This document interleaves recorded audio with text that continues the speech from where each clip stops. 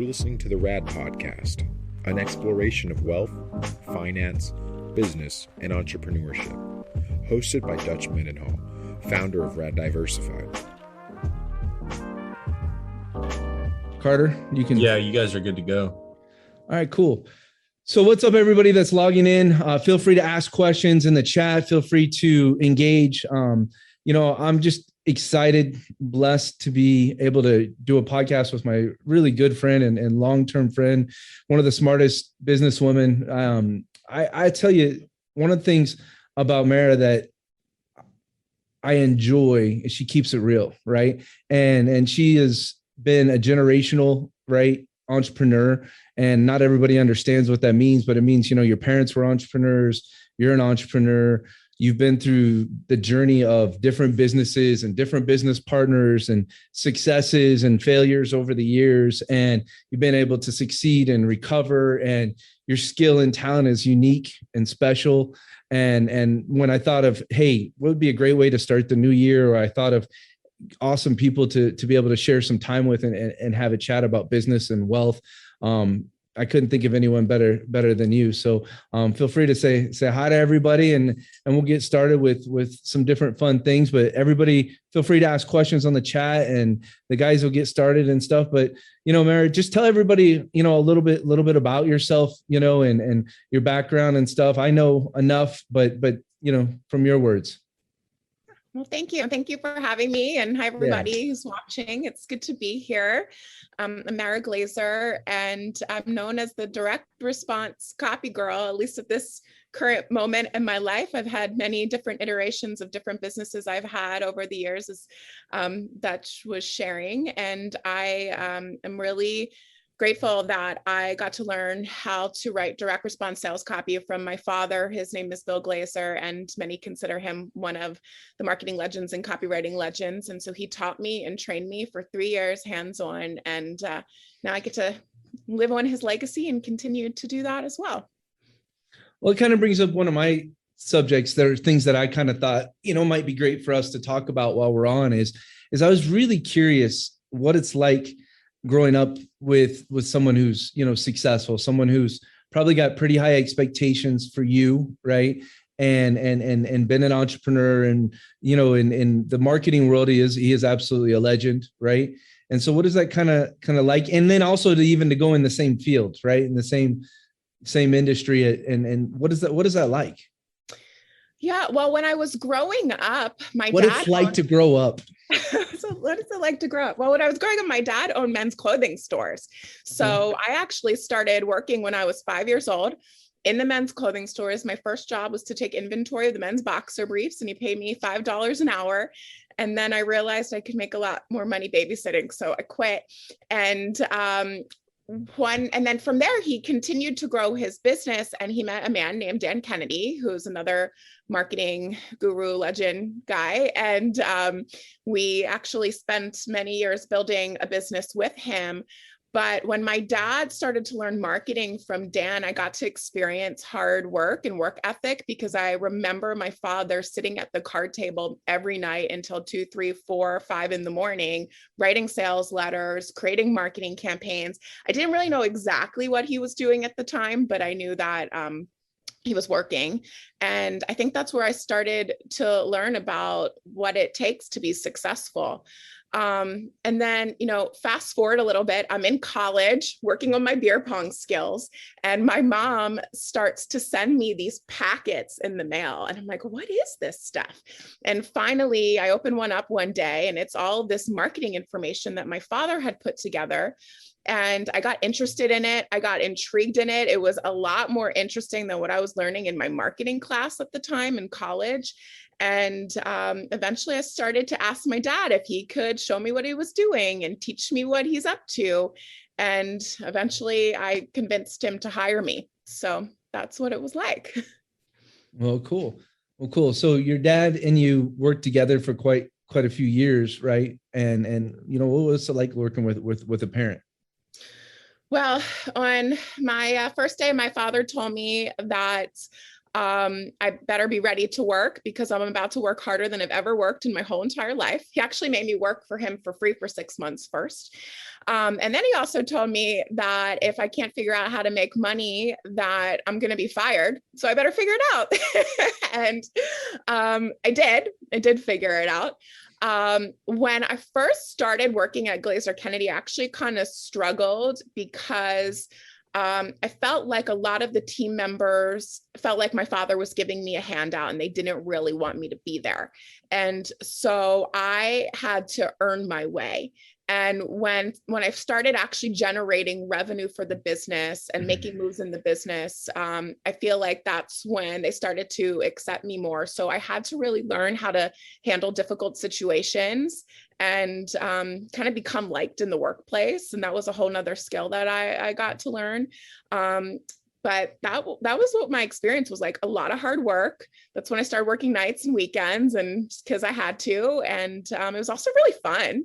You know, it was so great to be able to walk down the hall and spend time with my mom, or walk downstairs and spend some time with my dad. And I wish that we could all still work together this day. That would be super great.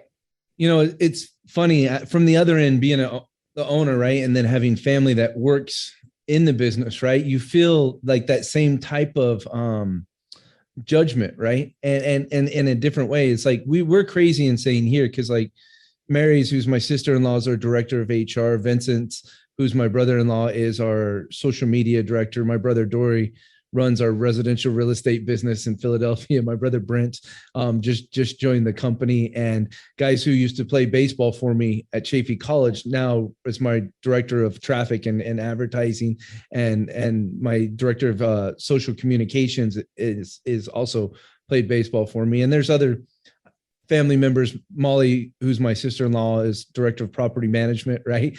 And so, you know, we're at 75 people, but, you know, I'd say a dozen people worked, you know, who work for the company, or there's a deeper, more connected relationship beyond work. And I think when we kind of made those transitions and moves, I think there was judgment, right, from other parts of the company or from different people in the company. And over the years, obviously, they've more than proven themselves, and we've grown and we do great things. But it's interesting because the judgment can go both ways for the person who's bringing the family member in and for the family member who's joining too. I don't know who you can trust better than your friends and family. That's my thing in business. Like I have team members that have become like family, you know, and become connected to us and become closer and closer with us. And sometimes with team members, you never end up having that deeper connection. But at the same time, you know, we have, you know, people that have been with us, you know, 8 years, 7 years, that I like it. I think I'll always will have that. I mean, Vanessa, obviously, you know, my wife has been with the company, you know, on and off different ways for so many years. Like if I have a real problem, like she's the most trusted person I could go to and be like, okay, I can't figure this thing out.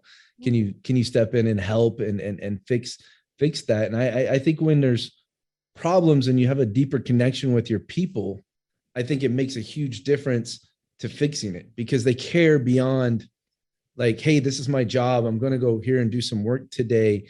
It's like when they care, they're thinking about it, even if they're not working. And it's some of those thoughts that create, I think, like incredible entrepreneurial, you know, breakthroughs for us as a company and a business and stuff. So I love working with family. And it's also weird because you have this wealth dynamic, right? Because we're working in a wealth industry, right? And so, you know, it's fascinating. It's easier for me when the family works with me versus talking to family that doesn't, like, they're like, what do you do for a living? Well, I make people money and build them wealth. And they're like, oh, that's great. And they like, the concept of it is very foreign to a lot of people. And so like even explaining what you do, have you ever struggled with that with like family that doesn't completely get it? Yeah, well, a lot of my family members are still trying to figure out what the internet is. So yeah. It's hard sometimes. Well, my grandmother is 102 and thriving. So, but she doesn't know what Facebook is. So, yeah, sometimes I struggle with that. And even in my friendships with my friends who aren't in my world, My best friend, Chris, here in Florida, he didn't really understand what copywriting was for a long time. He thought I worked for the government and helped people get legal papers to get copyrights on their books, And Oh, okay. It took me a minute to tie in there. Yeah. So often I find that people don't understand what I do, and I get to explain it to them. At least do my best. Yeah. So, for me, I'm not very good at friendship outside of business, and I'm not great. Like if I'm like Amy's, best friend in the world, right? Been my business partner for 11 years, right? My wife, obviously we stay close, but a lot of my closer friends are people that end up working in the business areas. I have a lot better relationship with two of my brothers because they work in the business than I would if they didn't work in the business. Do you struggle with that at all? I have groups of friends that are in my business world, and then I have friends that aren't, and I really like having both, because I like to be able to chat business with my business friends, know that I can call someone if I just need to chat something out, or they can call me. And then I like friends who I can just go out with and not have to talk about it and not have to worry about it. And we can just go have a good time. And so for me, I really like to have the two. And sometimes they blend together, and that's fun too. Yeah. So with the topic being, exploring wealth, right? And I know you get and understand wealth in a lot of different ways. I'm curious, kind of take us through some of your different journeys. I know you've dabbled in real estate. I know you've, been able to grow a business, build a business, and succeed and make good money. Just kind of take us through, your own kind of personal wealth journey. Yeah. So I was working for my father at Glazer Kennedy Insider Circle, and my father sold the company to a venture capital firm. And I quickly realized that my time there was going to be very short. So I knew that I had to do something, but I didn't really know exactly what I was going to do. So my father said to me, Mara, you don't need to know what's next. You just need to keep your eyes open for your next big opportunity and just do something to get the momentum started. So I came up with this idea to start an online magazine for women entrepreneurs. It was called The Busy Buzz. And that I actually quit my job at Glazer Kennedy. And the next day, 40 of our best clients promoted my magazine. And I built an email list, and I started running the magazine, and I quickly realized I didn't necessarily have the smartest business model, but what I had was an email list and a database. And so I pivoted my business and started teaching what I had done at Glazer Kennedy, which was how to make money with social media, to that list. And I was able to basically turn what wasn't working into something that was working. And then from there, I did a lot of coaching on how to build a business online marketing. And then I got involved in flipping houses. I had seen it on TV. It was kind of interesting to me. And I met a woman who was teaching women how to do it. So I started to flip, and I flipped a couple houses, and I did okay. I would do way better now that I know what I have learned. And then I partnered in a business teaching women how to flip houses, kind of continued on that journey. And then people started asking me if I would write their sales copy for them. And so I started to do that on the side for a while. So I kind of started to grow that. And then it grew even more, and then it grew even more, and then COVID happened. And a lot of my clients who had 7- and 8-figure businesses started pulling their contracts and started pulling their projects because they were just uncertain about what was going to happen next. So then I got a little nervous and had to really figure out what I was going to do. So I had some e-commerce dreams, and I hired a mentor to teach me how to do drop shipping. I found this beach towel on Alibaba. I set up a website. I started running some Facebook ads, and 2 months later, we sold over 20,000 beach towels during a pandemic when nobody could leave their house. We hit the market at the right time. It was right about the time that all the stimulus checks hit. So we were literally getting orders for like $600 of beach towels, like lots and lots of orders. And that was a quick high and a quick low because FedEx took about 15,000 of my packages and put it in a storage warehouse for 2.5 months because of COVID. So then I had to figure out what to do next with that. So I brought the towels over here, and they started selling clothes, and I continued to do that. I got my copy business back up and running. I decided to shut down the e-commerce and go all in on the copy. And that's what we've been doing ever since. My copy business is thriving. I have a team of writers now. I have a proofreader. I've got some other team members on the team. And that's kind of my journey. I've had high highs, I've had low lows, and my high highs have carried me through my low lows. It's so fascinating to listen to you, because that nonstop belief, right? That nonstop process, right? To the next. It kind of goes back to what your dad was saying in the beginning, which is until you find your next big thing, you have to do your next thing and continue, down that journey. And so for me, I just always wanted to get away from real estate, right?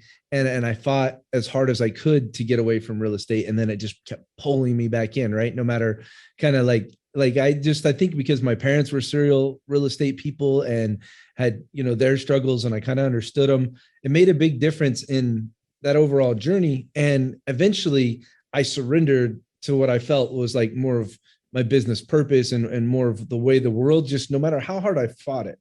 And this is a hard one for a lot of people to understand. No matter how hard I fought it, the world kept aligning for me to do real estate. It kept pulling me back in, right? In that sense. And I think maybe kind of with you with the copywriting and delivering powerful messages and helping people, make their brand, what it's supposed to be is kind of maybe, a calling and alignment. And maybe that'll change, as you continue down that journey.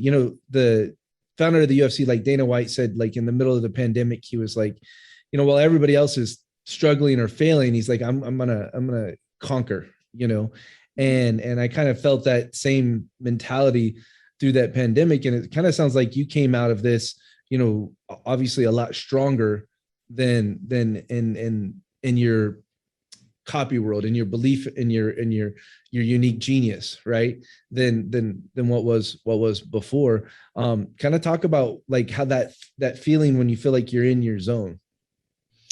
Oh man, when I feel like I'm in my zone, oh gosh, I've never done drugs, but I imagine that's what it feels like is when I'm in my zone. My most favorite thing actually is there's two things that I really love about what I do and those moments when I feel like I'm in my zone. So one is when I'm doing things like this and when I'm teaching and sharing, especially about copywriting and strategies that work to make more money online with copywriting and with the right words that sell. That's one of the things I love speaking that makes me feel in my flow. And then the other thing is when I find out that one of the campaigns we created just absolutely crushed it. And that's the other time that I find that I'm in my flow. And those moments carry me through some of the other times where I don't feel like I'm necessarily in my flow. And for me, it just keeps me excited about what I get to do. Talk about when you have a client that hits, right? When you find, this silver lining, right? When it really turns to something beyond like an idea or a concept that there's a campaign or an offer or a message that hits. What are some of the most common traits that you find when you're finding those types of clients, or you're finding those kind of businesses that find this, beyond what's normal, right? Success drive. Yeah. So the products that we've written campaigns for that have done the best, there's kind of fit into one of two worlds. So one, either it's super cool and unique and different and people haven't really seen it before. Maybe it hits with what's going on with the current marketplace. Like we've had the opportunity to write campaigns for a lot of things around what's going on with COVID, physical products. Or our campaigns that hit really well are ones where the person who is maybe the face of the business has a big audience that already loves them and they will like literally buy anything that they put out. We just need to package it and position it and message it the right way. And there's a couple things that we do to do that. So one of the lessons my father taught me when I first started working with him is the best and easiest way to make money is to ask your customers what they want and then give it to them. So one of the things that we do is we always survey the audiences of the companies that we're writing for to find out what their audience wants, what their desires are, what their fears are. And so we can use their own words in our messaging so that they feel like we are reading their mind and that we get them. I'm actually remembering a campaign that we did in the niche of teaching women how to flip houses. We were so convinced that what these women wanted was to figure out how to have a 6 or 7 figure a year business flipping houses, because like, who wouldn't want that? That sounds so cool. And we surveyed the audience, and I'm so glad that we did, because we found out what they wanted was much different. What they really wanted is to flip a few houses a year so that they could quit their job and replace their income and then take the rest of the year off to do what they love. And so that's really different messaging, right? So we wrote it based upon what they told us, and it was a smashing success. Another differentiator for us, and I think something that we do really well, where I see a lot of messaging go wrong, is we do a really good job of making our case. It helps that I'm Jewish, because Jewish people are really good at that. And I just learned that in my family. But I could be a lawyer. Like, I would be like the best lawyer ever. I probably should have done that. But we're just really good at making the case of why this product or this program or this thing is the best thing for the person reading this, why they need it right now. And that's one of the differentiators between a campaign that hits and one that doesn't hit. And then like lastly, I struggle with that. You know, I feel like I can sit here and make my case and be like, hey, you know, as a investment fund, we had a 40% return in 2021. As an investment fund, we're SEC qualified and we have third-party auditors, and we have a better personal relationship with our investors than any company I know out there, right? We connect with them, you know, we deal with their challenges, we hold their hand and talk to them, right? And I can make that case, but I feel very good when I make that case. But when I see it written, or I see someone else trying to communicate about us, who's somebody maybe who's promoting us or sharing that message, I always feel like it's not enough. Like I feel we're this badass real estate investment company that does something unique and special. And a lot of people are so scared because they feel like, you know, they're going to get screwed, or they're going to get taken advantage of, or they're going to get stolen from, or, you know, do I trust this company? Do I not trust this company? Right. And our ability from a credibility and trust standpoint, in my mind, is night and day compared to everyone else. But I never feel like it's communicated, whether it's on our websites or it's in our email copy or different things. And I think that's a continuous frustration for me. It's like today I signed loan docs 5 seconds before I walked in here, and we did a purchase and a refi, right? And we've, you know, buying 20 to 30 house. Like, these are things that I know that we're doing on a daily basis, and we work to communicate it. And obviously we're a successful business, but I always feel like it's here, but we're still, like, my ability to communicate what I want to communicate is still back here. Is that, yeah. So that's kind of just going to your point of what you're saying and stuff with making the case and stuff. It's interesting. Well, you probably do a better job than you think, Ductch, because you are quite a wordsmith yourself. And you know, I think everything you shared is part of making the case. But there's other parts of it too. You're right. Most consumers are jaded because they have had bad experiences in some capacity. Well, there's so much terrible shit out there. Right. That's right. And if they haven't had the bad experience, they know someone who has. So, which is almost worse. Right. That's right. Because I like that person. Like, when we're recovering somebody, I call it recovering them, right?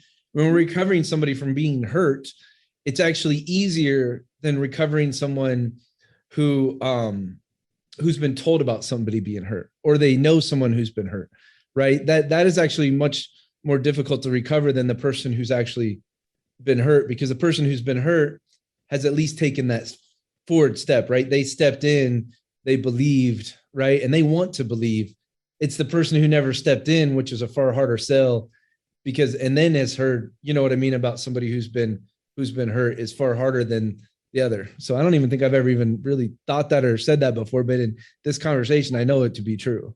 Yeah. I get that. What I teach, I call it the situation explanation, which means you've got to explain everything.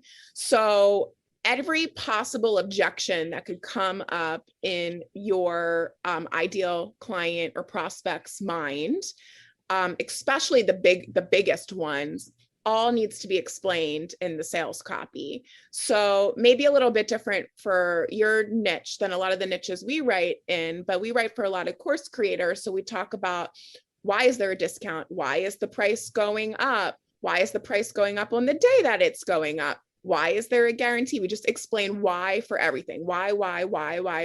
And we try to bust a lot of those objections before they even pop up in the person's mind, so that by the time it gets to the offer or the time that they have to make that decision about buying, a lot of those questions are kind of washed away. That's our approach and our philosophy about it. So we're getting about halfway through, and everybody who's, on, how many people do we have on? So we got 25, 30 people on. Just feel free to ask questions in the chat box, anything that we're talking about that you want to know about. I'll open it up to questions in a little bit. I think, Mara, one of the things I always think about is like the exchange and the value of the exchange, right? When you go and sell 20,000 beach towels, right? And I'm like, well, what's the commission on a beach towel? And what was your margin on a beach towel? Oh gosh. Well, it depended how many you ordered, but some of those orders we were making over 50%, 60%, depending upon if you order. If you sell 20,000 beach towels and you make $10 a beach towel, you could definitely make $200,000. That sounds like a pretty good exchange.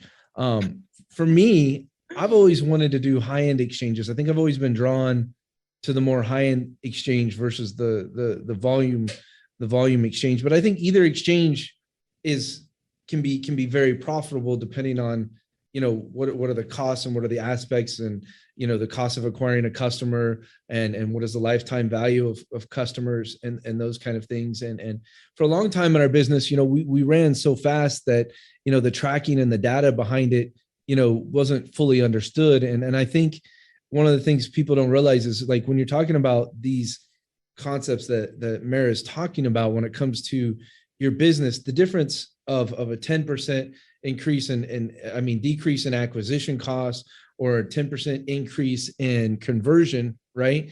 Those two 10% increases can be the difference between a business that is just struggling to get by every single day and a business that is exploding and succeeding through the roof. And those two tens are crazy when it comes to business. I look at when my old business partner Randall, when he left the business and we were able to buy him out and stuff, right?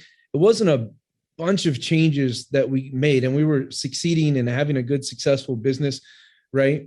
But I think if you just look at those two things, 10%, less to acquire a tribe member, and 10% more when it came to converting a tribe member into, an investor or into a high-end customer, is the difference between us growing at 5 million a year to 7 million a year in investment income, investment revenue, to jumping from 30 million to 100 million in assets in 12 months.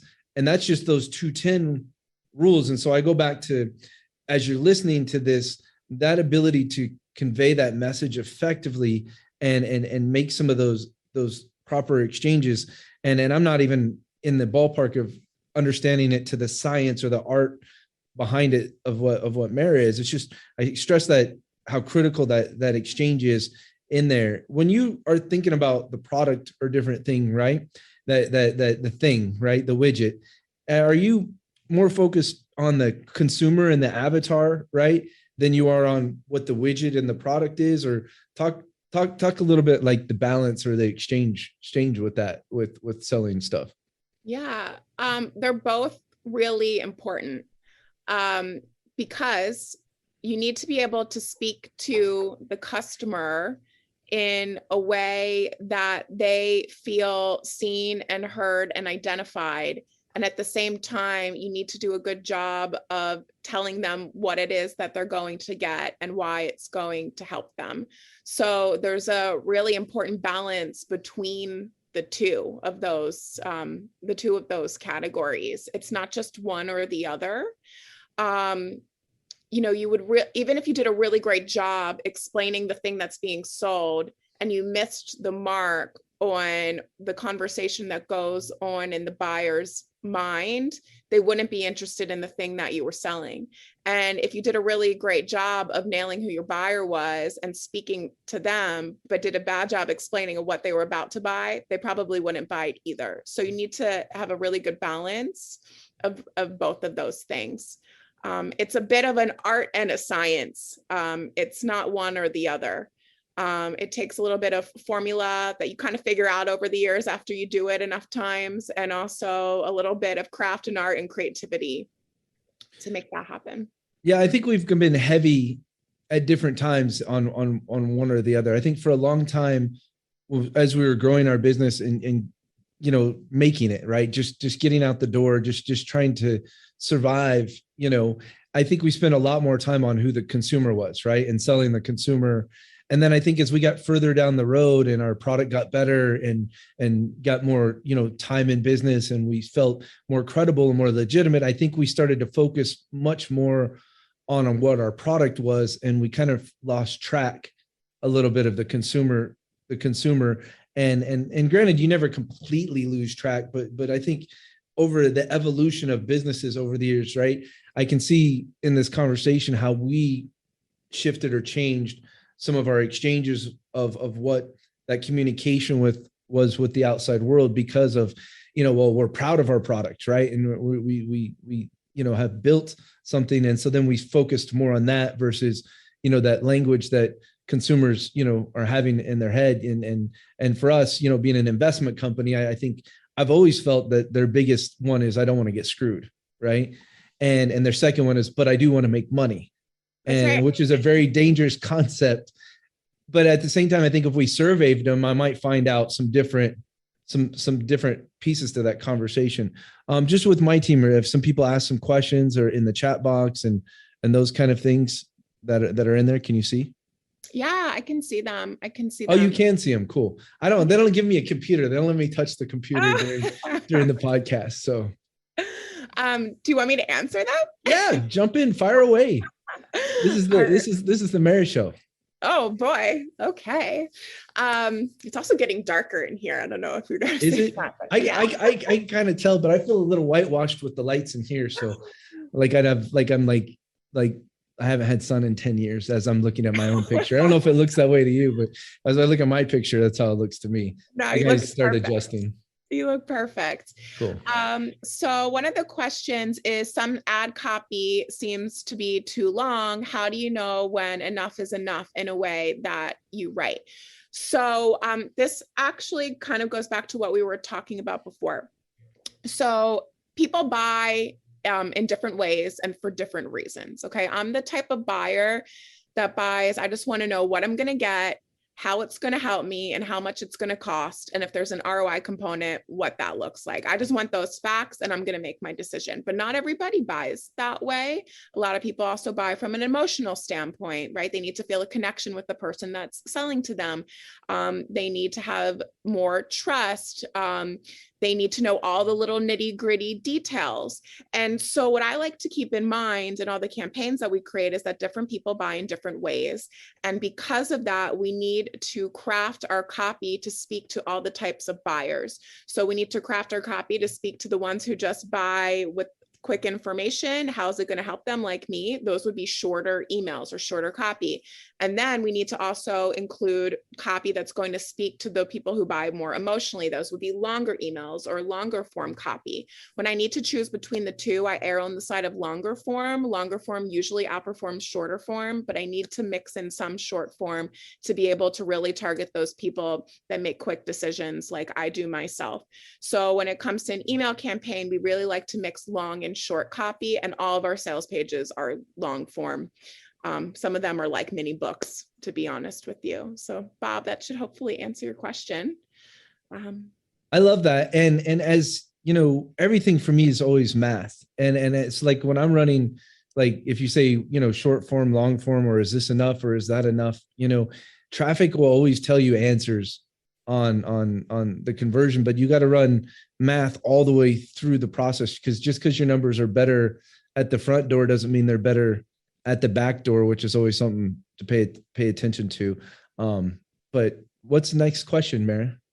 Yeah, there's another one from Bob. And so Bob says, my impression is that copywriting works best in the B2C, the business to consumer world. He works in the B2B, and they work B2B and B2C. So I rarely, if ever, work with the C's. Okay, basically he wants to know, does copy work, I think, for B2C or B2B? So it's really important to have direct response sales copy, no matter if you're B2C or B2B. Direct response sales copy is basically every single word that you use to sell your product, program, or service. And it's not even the written word, it's also the spoken word too.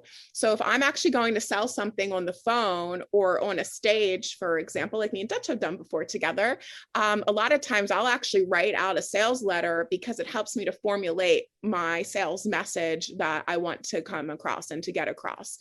So if you think about it, even if you're working in B2B, you still need to communicate what you're selling, who it's for, who it's not for, why people need it, what's so great about it, what your guarantee is, how it works. And that is copy, and that is words. And those are the words that are going to help you to sell. So you might be writing different kinds of copy than maybe B to B2C, maybe not, but it's relevant and important no matter who you're selling to. Yeah. So for me, we buy from a lot of B2B, right? So we're buying different products and different things on a daily basis. And so a lot of the things that come my way that I'm going to buy come through a connection, relationship, word of mouth. But that doesn't mean that I'm into doing business just because it came to me that way. I go back and I check their credibility. I go back and I look them up. I go back and want to understand who they are and stuff. And so for me, them having good stuff behind them, right, is when I'm kind of fact checking and I'm doing my due diligence on a company and different things. And it's like, for example, like to me, people will be like, well, having a social presence isn't that important or isn't that big. And I go back and I look at like companies all the time to say, do they have a social presence? How long have they been in business? What is their background? What is their experience? Right. Like I had not that long ago, a home builder, this person brought me just this idea of these, ADUs and building these, automatic, homes that we could drop, right onto properties and different things. And as I went and did my background check between their websites and their social media and their other parts, I was like, they haven't done this before, and for me, I can't do business with people that have never done anything before. And I'm just, we're at a place where like, it goes back to richest man in Babylon, right? I don't invest or I don't, ask people to do things who've never done something before, right? That's what internships are for and for beginning something new. And that sucks when you're working to be an entrepreneur and you're working to start something fresh and new. But at the same time, as I do due diligence and different things, I got to make sure that stuff is credible and legitimate. And so as I go back and I do my research on companies B2B, that there's a lot of truth for that behind that for me. Yeah.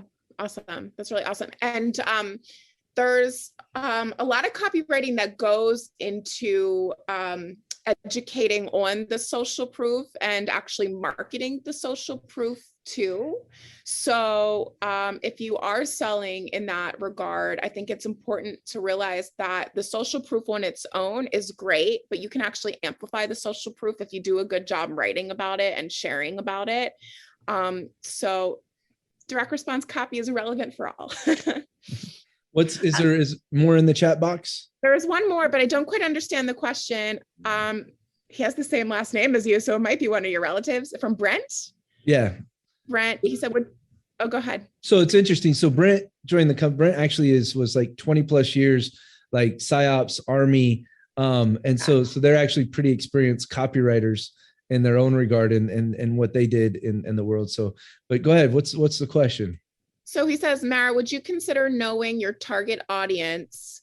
Sorry, terminology is military based in PSYOP, more of the science aspect. Oh, the science versus the art is knowing. Oh, got it. No, I think there's a science to knowing your target audience and an art to knowing your target audience. The science is how to analyze the data that they give you or the responses that they give you to find patterns in their languaging and also in their emotional needs, desires, wants, fears, and things like that. And then there's an art to it too, which is kind of being able to use your intuition to take that information and get inside their mind and convey your message to them in a way that would resonate with their feelings and thoughts. So it's a balance between the two. Once I read it out loud, I got the question. So when it comes to science, right, I think of some like ways of like, labeling consumers or being able to, understand avatars in different ways. And so like the money couple, I always go back to them, like when it comes to money personality types. And, they actually sold to another company that actually bought the money couple brand and an individual named Taylor Kovar.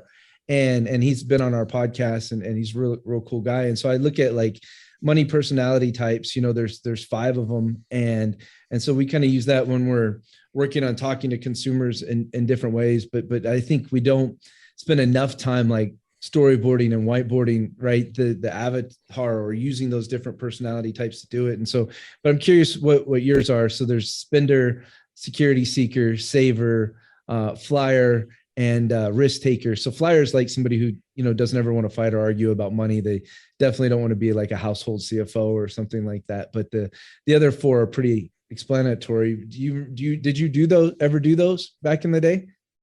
I haven't done that. It's really cool. If you go to the moneycouple.com, they doing that money personality test is a lot of fun just for kind of understanding. I would imagine there's definitely some portion of spender in there for you and risk taker in there. It's funny when Vanessa did hers, when my wife did hers, she always thought she was like a saver security seeker. And I always told her that was impossible. And she never would agree with me. And I said, that's impossible to be married to someone like me and have those as your 2 money personality types. So she ended up being a security seeker and a risk taker. And so we use some of those when it comes to copy and stuff. So like relationship with money, like what does money mean to you when you think about, growing a business or life and those kind of things? Talk about that a little bit. Oh my goodness. I don't think I've been asked that question before. So money to me gives me the ability to live the life that I want to live. That's how I look at it. From a personal standpoint. And so, I feel like the more money I make and the more smart decisions that I make about how I'm going to use my money, the more freedoms I can have in my life. And the more awesome experiences I get to have in my life and the more spending I get to do in my life. Thank you, Ductch, for calling me out on that one. And then I also look at money as a tool. Especially now in more recent years, I've been reading a lot about investing. I probably know a little bit more now about what you do over the past couple of years than I would have known a couple of years ago. I just did the 75 hard challenge over the summer, and you have to read 10 pages every single day. So I was reading about investing. I read all investing books during 75 hard because I wanted to learn more about it. Which one was the best one? Oh man, I think there's probably better ones than the ones that I read, to be honest with you, but I really learned a lot from this one book that was very simple called How Money Works. And it was a very simple book. And it just kind of gave me like a overview of all the info, but I'd love some of your book recommendations. That would be cool. Do you remember who the author of the How Money Works book was? Don't remember. Well, we'll look it up and then we'll throw it in the comments for people and stuff. I mean, my number one book has always been Richest Man in Babylon. Okay. I think when it comes to money and understanding money, that has been I'll tell you, beats anything else that I've ever done, and I did all kinds of different research and different studies, but I'll tell you, I come back to Richest Man in Babylon over and over when it comes to how I handle money, how I invest, who I invest with. And it's a short read. I mean, I remember the first time I read it, I think it was just on one plane ride, and I read it on one plane ride, like 2 hours, and I knocked it out. And it was, I read really fast, but at the same time, but I've read it, many, many times over the years. And I think some of the most important principles for me in that one was just, that my money needs to be in like different buckets, and there's my investing bucket, my security bucket, my exchanges, all types of different ways, when it comes to how I invest my money and where I put my money in different ways. And I know it sounds crazy, but even with running an investment fund, I keep all the money in buckets, right? And there's the higher risk, right, for greater reward, which is, a small percentage of our fund. And then there's my lower risk, that is, no matter what happens, this is safe and secure. And then I have, my, stuff in the middle ground there when it comes to money. And, I think another one was, investing in people with a track record and history of success. Like I always go back to when I'm thinking of, whether I'm investing in an employee or a team member, and that track record and history, or I go to, this person brings me this business idea to go and invest with it, or this real estate project to invest with it. And so I go back and think, and there's a lot of other things. And it's like, another one was like, and it was, your money's like an employee, right? And every dollar is an employee. And so put as many, dollars, as many employees to work as you can. Because if your money's working for you, then you don't have to work. Mm-hmm. And I still never stop working, but at the same time, that's one of my favorite concepts for sure. Obviously, Think and Grow Rich is a good, is a good book. And I love the, surrounding yourself and the mastermind principles and a lot of different things from that. But I'll tell you, over the years, more from people. I've learned more about money directly from different people than I ever have from, no matter how many books I read, no matter how many, courses I've taken over the years, it's people that have money. I've always been the people that have been able to teach me about money. Right. Yeah. And I go back to Roland Fraser, he's one of the smartest, men that, I experienced in my 20s, growing up in the business world and stuff. And I used to ask him money questions all the time. And he's definitely was a real smart man when it came to money and understanding money. And I think I continue, over the years to reach out to different people that I know have had a different kind of level of success, and there's only so many people in the world that have success beyond, once you've succeeded and you've, built your first wealth and your first business and it's continuing to be successful, the group of people you can look to for mentorship becomes smaller and smaller, and finding the ones that aren't full of crap is really important too. And I always look to people that I can have those conversations with.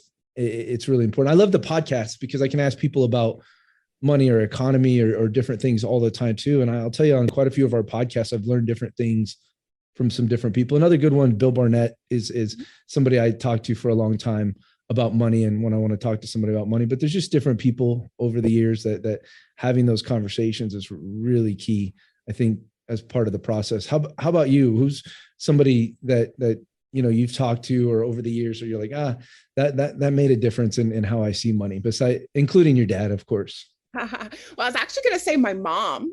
Mom, there you go. My mom, the real brains behind that business. Well, my mom was the CFO, and my mom is also a CPA. And my mom did some very smart things for us when we were young, so that me and my brother would, be set up to be financially successful in our lives. And so wealth building tip, number 11 is find a really good partner when it comes to money. That's right. It's funny. I run an investment fund and I make people a lot of, money, and we do that. But my wife runs, our household CFO, and runs, a lot of our personal investments and some of those personal things. Not that we don't exchange and talk about it and different things, but the day-to-day of like personal money, my wife actually runs more of that. And I've always wanted to stay I believe that if I'm worried about the next thing that I'm going to do personally with money, right, it keeps me from making what I feel is like the right best decision for the business, And if I start worrying about the decision I make for the business, how that's going to impact my personal finances, then I'm not making the right decisions for the business. And so that was something a few years ago, when I was looking at like granted, I think you have to pay yourself when you run a business. And a lot of people kind of make that mistake in the beginning, especially where like they just live off of the exchange, or they try to live off of, some of the money, and they don't actually pay themselves. And that's always a huge mistake when you're an entrepreneur, because if you don't pay yourself, you're not rewarding yourself and you're not creating value upon what you do and what you're doing. And it creates a bad psychological paradigm within being an entrepreneur. But at this, like for me, when I got past the point of, okay, we pay ourselves, okay, my finances are taken care of, okay, this is taken care of. At this point, I'm not really worried about personal wealth anymore, right? That part's handled in my life. And so now I can make the right decisions for me that's going to continue to grow the business and build the business versus, how do I make more? How do I personally put more in the bank? Because then I've always felt that the money takes care of itself. And it always has for us. And so it's some of my thoughts. I don't know. You're pretty good at paying yourself, aren't you? I'm pretty good at paying myself. Yeah. Good. I have to do all that spending. No, I mean, yes and no, but into the spending. But yeah, I've always paid myself at least something. And then now over the years have been able to pay myself more and consistently every single month. And it's really rewarding to see all your hard work that you do kind of add up and go into your bank account and be able to live a really awesome life from it. And then what I've been doing now more as an adult is continuing to invest and learn about that. I had a goal this year to invest privately in a company, or last year, I guess, because we're in a new year, and I was able to do that. And I found one that's pretty neat, and so that was exciting for me. And I want to do something like that again this year. Is it a company that takes in investments, more investors, more investments? I don't know if they are now. They were at the time. Yeah, it's actually like a hearing protection and hearing aid company. Oh, cool. Yeah. Who would have thought that I would invest in something like that? Just kind of popped on my lap. It was kind of cool. So yeah, actually, I don't know if you know this story, but I mentioned my mom and how she kind of teaches me about money and has taught me about money. So I got that bar mitzvah or bat mitzvah when I was 13. And there's about to be a lot of 13 numbers coming up. So when I was 13, I got bat mitzvah. And when you get bat mitzvah, people give you gifts and they give you money. So I made $13,000 at my bat mitzvah. Okay. So I wanted a computer. And so at the time, computers were more expensive than they are now. So my mom let me buy a computer. The computer was $1,300. And then my mom told me that she lost all the money. She told me she lost it, didn't know where it went. Sorry, Mara, I lost it. And she actually took the money and she invested it for me. And I found out when I got in my 20s, and I was very happy that she lost that money in my 20s. So best lie ever. As a parent, it's fascinating because I growing up poor, right? And not having, like, I didn't have any other concept or understanding of money growing up. I knew I could make it. That's the one thing I knew growing up is I knew how to make money, like because I sold paper routes and I had my own, snow removal thing. And I had my own, what do you call it? Landscaping, mowing lawns, not really landscaping thing. And I could always sell in some way, even as a kid. So I always knew I could make money. But as far as like a concept or understanding now with my sons, like I don't make them give me money. Right. So I got rid of that concept because a lot of people are like, well, if you make them tithe, right, and then you make them invest something and you make them save something and that whole kind of thing, right? And it's fascinating that we never created that situation yet where they have to give us money. But my sons over the years, I educate them on money and I educate them on investing as in little kid ways, right?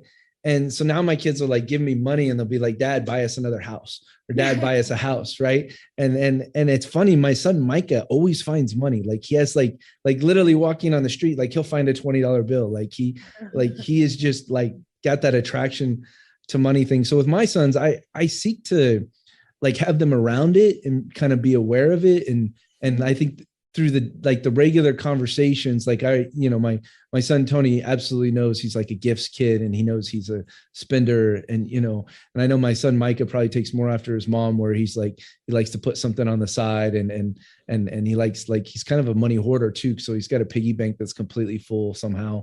I don't even know how that's possible, because they don't get paid for anything. So it's interesting as you like grow up, and then you see like the difference of different people. And so that relationship with your mom is really cool, that she was able to like kind of start the investing for you before you even knew. That might be a Jewish cultural thing, where you guys are a little, better about money than us non-Jewish people. So might be. My mom's also sneaky.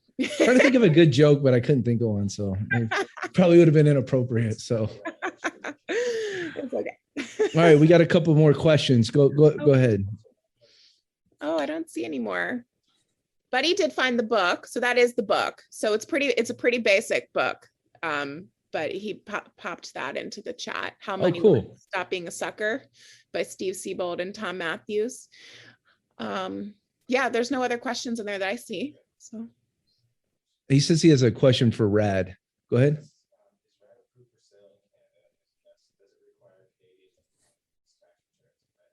Yeah, is RADD product listed for sale or approved for sale in Canada? And if it is, does it require a U.S. tax return? I kind of got blown up on a couple of projects in Phoenix a number of years ago.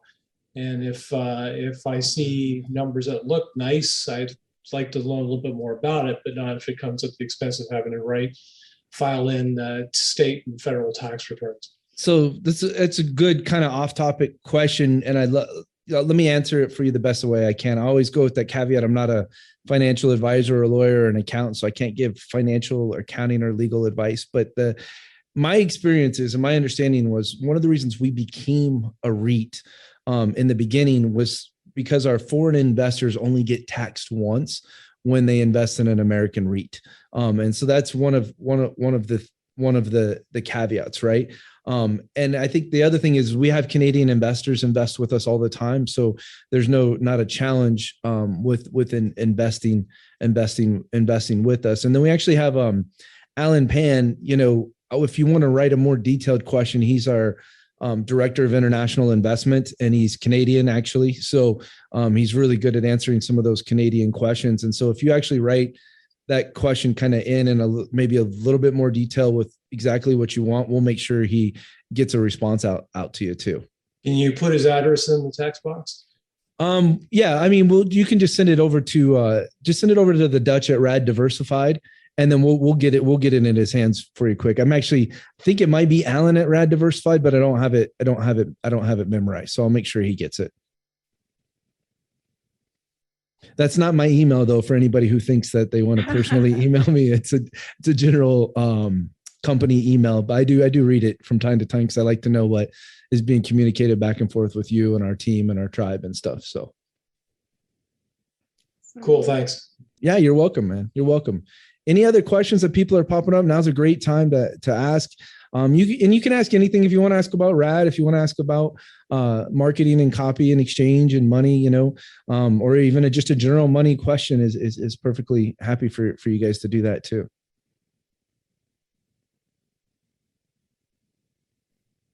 Just looking at her, guys. Okay, cool. Well, Merritt, that is kind of about an hour, and that's what we do these suckers for. Thank you so much for being here and being awesome.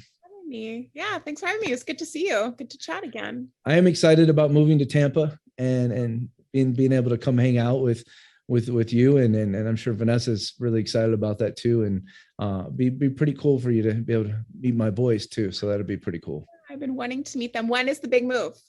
March. Oh, okay. So, yeah. So we've been under contract. We purchased. We went all the way back in October. but they weren't the family for the house we wanted. The family wasn't ready to move until March. And so we were on that holding pattern, because I spent a lot of time looking. I literally looked at like hundreds of properties online, and then probably saw 40 plus in person, which for a real estate guy, you think wouldn't be that much, but even that many properties is a lot to look at. So yeah, I'm in the same boat. I'm actually under contract right now for a house, and we close on next Friday, and I move in the week after. And this is my third one under contract. There's some that fell through, all sorts of different problems. One was sinking into the ground. And so, yeah, same boat. I looked at many. So, well, if you need any, being an entrepreneur and stuff on the financing side, our team's really used to doing that kind of stuff. So if you need any help with that kind of stuff, I mean, you probably already got it squared away, but my team's really good at being able to help entrepreneurs with that kind of thing, just because we have to do it every day, with what we do and stuff. So thank you. I'll square it away on this one, but now cool. I know for the next one. All right. Well, we'll talk soon, and great. Later, tribe. Bye. Thank you for listening to the RADD Podcast, an exploration of wealth. For more information, please visit our website, www.radddiversified.com. We'd love to hear from you. Please leave us a review and let us know how we're doing.